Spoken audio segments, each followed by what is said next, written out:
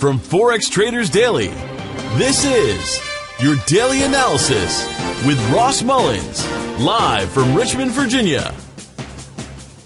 Hello everyone, this is today's video analysis for February 16th, 2017. Today we're going to be taking a look at the USDCHF, the US dollar versus the Swiss franc for our daily analysis.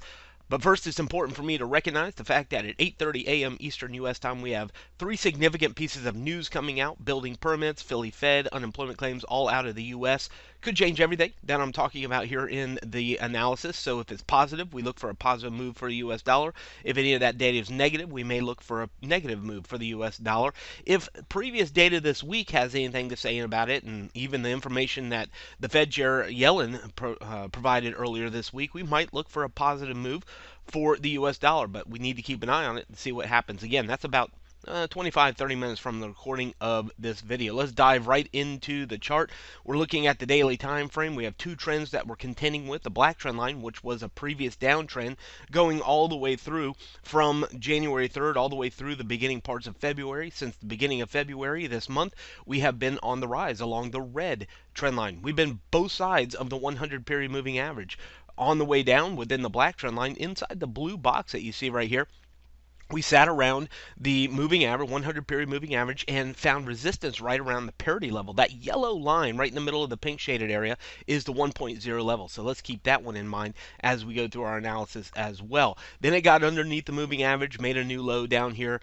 Beginning of February, started rising back up, found resistance underneath the moving average and the parity level for quite a while, then finally broke above it, made a new high, and now here we are right back on top of that moving average, the pink shaded area where we've seen historical support resistance, the parity level, the red trend line. So this is a significant barrier. We have a lot of stuff lining up right here, right around this pink shaded area today as a significant barrier. Now, if we get positive news, we bounce off this barrier, we go higher. If we get negative news, potentially we break through the barrier and we look forward to go lower. But this is a decision zone, and I say this just about every day in my trade room, that these colored shaded areas on my chart to me represent decision zones. One of two things is going to happen. There's really only two outcomes that we're looking for.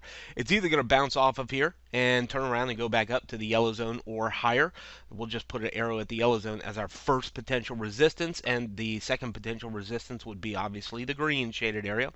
The other side of the scenario is, again, that it breaks down underneath parity, underneath the 1.0 level, and starts working its way back lower. Our first area of support would be the blue shaded area right here, right around 99.70.60, or the next barrier of support, obviously, all the way down here at the very bottom of the chart. That is the orange shaded area. So, again, one of two things is going to happen here. It's going to bounce off, go up, breakthrough, go down. Positive news for the U.S., we bounce off, we go back up to the yellow zone. Negative news, we break through and go back lower. Again, we're toying around with that moving average, which we have done for the past couple of months here, really throughout the much of 2017 so far. We've been toying around with that moving average.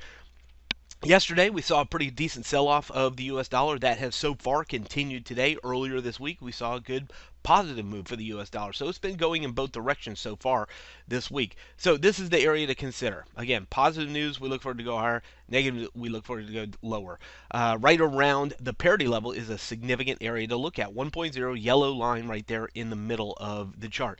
This candle's a bit concerning to go short. I mean to go long, because this indicates selling pressure. That one singular body with the long wick on top indicates bearish pressure. But now we've seen that continue forward down to the 1.0 today. We'll see if the sellers are exhausted or if they are going to get a boost from the news and send it back lower again. Let's go ahead and take it down to the 4-hour time frame, and as we get down here, we don't see yet any indication of buying pressure, but look at how significant that parity level was back here. Resistance, a significant blue candle, bullish candle, right into the resistance, bounce back down to the blue zone, right back into the resistance, right back down again. So we know that this is a significant price barrier. It's a psychological barrier, a significant price handle here. So one of two things, again, is going to happen. It's going to break through, go lower, or bounce off and go up.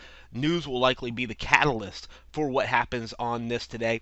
I think if you're looking for a long opportunity, you're there. You're right into the opportunity to go long with limited risk. Again, we already know that the risk is a breakdown of the ping zone. So if you get negative news for the U.S. and it breaks the ping zone, you don't want to stay in it. So, you know, 20, 25, maybe 30 pip stop loss is maximum all you really need here on the currency pair if you decide to go long from this area and if we get the positive news. If you're looking to sell it, I think you need to wait for the negative news for the U.S. You need it to break through parity before you look for a new opportunity to go short for the dollar franc today. From Forex Traders Daily, this has been your daily analysis with Ross Mullins. If you would like to get Ross's analysis on all the currency pairs he's watching and all the trades he takes today, join him in his live trade room by clicking on the link below. Please leave any comments you have about today's video in the comments section below.